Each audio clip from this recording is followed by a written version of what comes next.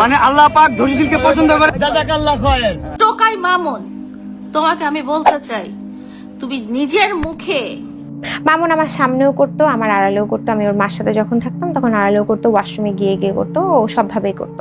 আসসালামু আলাইকুম। এবার মামুন এবং মোহনাকে নিয়ে বেরিয়ে এলো অজানা কিছু তথ্য, যা জানলে আপনারা সত্যি অবাক হয়ে যাবেন। তো চন্দ্রশেখর, আমরা প্রথমে একটি ভিডিও দেখে আসি, তারপর আমি এ বিষয়ে বিস্তারিত আলোচনা করবো। দর্শক, ভিডিওটি প্লে করার আগে আপনার কাছে ছোট্ট একটি রিকোয়েস্ট, এখনো যারা আমাদের চ্যানেলটি সাবস্ক্রাইব করেননি, নিত্য নতুন ভিডিওর আপডেটগুলো পেতে চ্যানেলটি সাবস্ক্রাইব করে আমাদের সঙ্গেই থাকুন। তার পক্ষে ভালো থাকা সম্ভব না। যার পিছনে লাইলা আছে, যার পিছনে লিখন আছে, আপনার কথাটা অনেক সুন্দর লাগছে আমার কাছে, সে কখনো ভালো থাকবে না।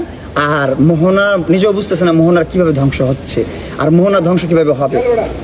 খুব বাজেভাবে ধ্বংস হবে ওর অধপতন খুব সন্নিকটে। কারণ ওর স্বামীর বিরুদ্ধে ষড়যন্ত্র করতেছে শত্রুদের সাথে হাত মিলায়া। এটা তো বুঝেন, ধর্ম তো মানেন, ধর্ম তো বুঝেন। আমি না মানতে পারি, আমি ধর্মের বাইরে হইতে পারি, আমি খারাপ হইতে পারি, ও তো ভালো না, ও তো ধর্মের কথা বলে না। তাহলে ওই ধর্মের মাইকটা ও একদিন খাবে। আমি আল্লাহর কাছে বিচার দিলাম, শুধু আর কারো কাছে না। একজন স্বামী হিসাবে আমি আমার দীর্ঘশ্বাস ওর জন্য ফেললাম।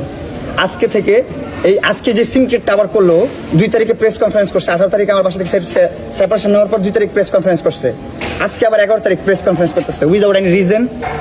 আমি ওরা কখনো ডিস্টার্ব করিনি। আইসা ও বাসা থেকে বের হয়ে যায় রাত 3টা-4টার দিকে, বাসায় ঢুকে রাত 3টা-4টা বাজে। আমি কখনো ওই টাইমটা তো ওরা ডিস্টার্ব করি নাই, কখনো আইসা আটকাই নেই, রাস্তা বাধা দেই নাই। ও আমার দেখেও নাই যে আমি দাঁড়ায় ওরা দেখতেছি, আমি শুধু ওরা দেখছি, অবজার্ভ করছি। সো আমি আমার দীর্ঘ শ্বাসটা ওর উপর ফালাই গেলাম। করে মাফ চাই আমার ফ্যামিলিগত ব্যাপারের কারণে আপনারা যারা বিভ্রান্ত হয়েছেন।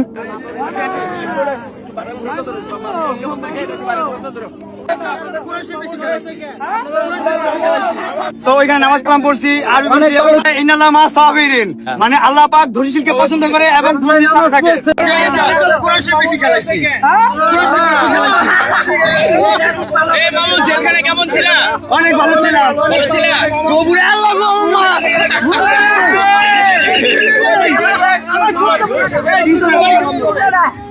শোনেন, সবুরে মেয়া বলছে ইন্নাল্লাহ মা সাবিরিন, মানে আল্লাহ পাক ধৈর্যশীলকে পছন্দ করে এবং ধৈর্যশীলের সাথে থাকে। তো ওইখানে নামাজ কালাম পড়ছি, আরবি পড়ছি, এবং এখানে আমার একটা সংশোধনের জায়গা ছিল, একটু পরিবর্তন করার অনেক কিছু ছিল, অনেক কিছু উপলব্ধি করার ছিল, যা করছি। ইনশাল্লাহ আগামীতে ভালো কিছু দেখবেন আপনারা, ভালো কিছু আসবে। সবাই দোয়া রাখবেন আমার জন্য এবং আমার বাবা মার জন্য দোয়া রাখবেন, আমার ফ্যামিলির জন্য দোয়া রাখবেন। আর সবার কাছে আন্তরিকভাবে দুঃখিত, সবার কাছে হাত জোর করে মাফ চাই আমার ফ্যামিলিগত ব্যাপারের কারণে আপনারা যারা বিভ্রান্ত হয়েছেন, সবার কাছে সরি। সবাই আমাকে ক্ষমা করে দিবেন, ইনশাআল্লাহ ভালো কিছু আসবে। বলছে ইন্নাল্লাহ মা সাবিরিন, মানে আল্লাহ পাক ধৈর্যশীলকে পছন্দ করে। জাযাকাল্লাহ খায়র, মানে আল্লাহ পাক আপনাকে দুনিয়ার সর্বোত্তম পুরস্কারে পুরস্কৃত করুক। হযরতুল আল্লামা জনাব মাওলানা ফেন্সিল মামুন। ভাইয়া, এই কোরআনের আয়াতগুলো আপনি কই থেকে শিখছেন? এই জেলের সিলায় কোরআন শরীফ নিয়ে নিছি। মাশাআল্লাহ মাশাআল্লাহ, জেলের ভিতরে কোরআন শরীফ নিয়ে নিছেন, তার মানে জেলের ভিতরে শিখছেন। কেন না, আমরা আল্লাহর কাছে দোয়া করি 2 দিন পর পর যাতে আপনি জেলে ঢুকেন আর ভালো ভালো জিনিস শিখেন।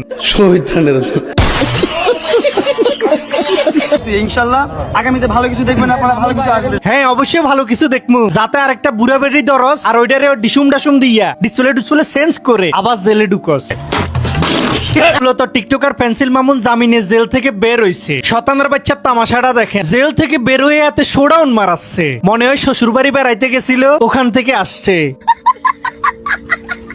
এদিকে ভাইরাল মিজানের বাতের হোটেল দেখলাম প্রশাসন ভেঙে গুড়িয়ে দিছে, আর এটার জন্য এক সুদনারে দেখলাম বিলাপ করে কান্না করতেছে।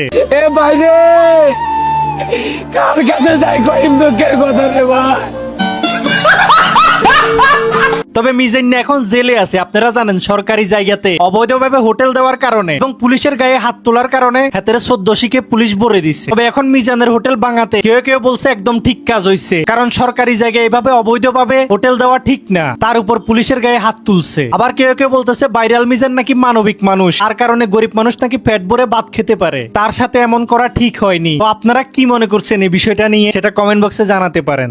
আমি লাইলার উদ্দেশ্যে একটা কথাই বলতে চাই, তোমার যা খুশি তাই তো তুমি করছো। মামলা মহাদিনা তুমি 5টা 6টা দিছো, তোমার এখন তুমি একটু ঠান্ডাও। মা তোমার মা কইতাছি, এখন তুমি একটু ঠান্ডাও। তুমি এই যে মোহনারে দিয়া লিখনের দিয়া আমার এরকম আর ক্ষতি করো না। আমার এই প্রতিবন্ধী বাচ্চাটি নিয়ে আমি অনেক অসহায় পড়ে গেছি গা। উনি যদি সুদ দেয় তাহলে আমি আরো সন্তুষ্ট হবো, কারণ যেখানে ওনাকে পাঠানোর উদ্দেশ্য এটা না যে উনি হচ্ছে আমার কোনো ক্ষোভ বা কিছু। সে এমনিতেই আমাকে জিজ্ঞেস করছিল আমার বাবা কেমন আছে না আছে সেটাই। আদালতের রায়ে আপনি কতটি আদালতের রায় দিয়েছে আমি সন্তুষ্ট। হচ্ছে আর উনি যদি সুদ দেয় তাহলে আমি আরো সন্তুষ্ট হবো, কারণ যেখানে ওনাকে পাঠানোর উদ্দেশ্য এটা না যে উনি হচ্ছে আমার কোনো ক্ষোভ। দর্শক আশা করি সম্পূর্ণ ভিডিওটি দেখেছেন। দর্শক এই ভিডিওর সময় যদি আপনার কোনো মতামত থাকে তাহলে অবশ্যই কমেন্ট করে জানাবেন। ভিডিওটি ভালো লাগলে একটু লাইক করবেন। দেখা হচ্ছে পরবর্তী কোনো ভিডিওতে। সেই পর্যন্ত সবাই ভালো থাকবেন, সুস্থ থাকবেন। আল্লাহ হাফেজ।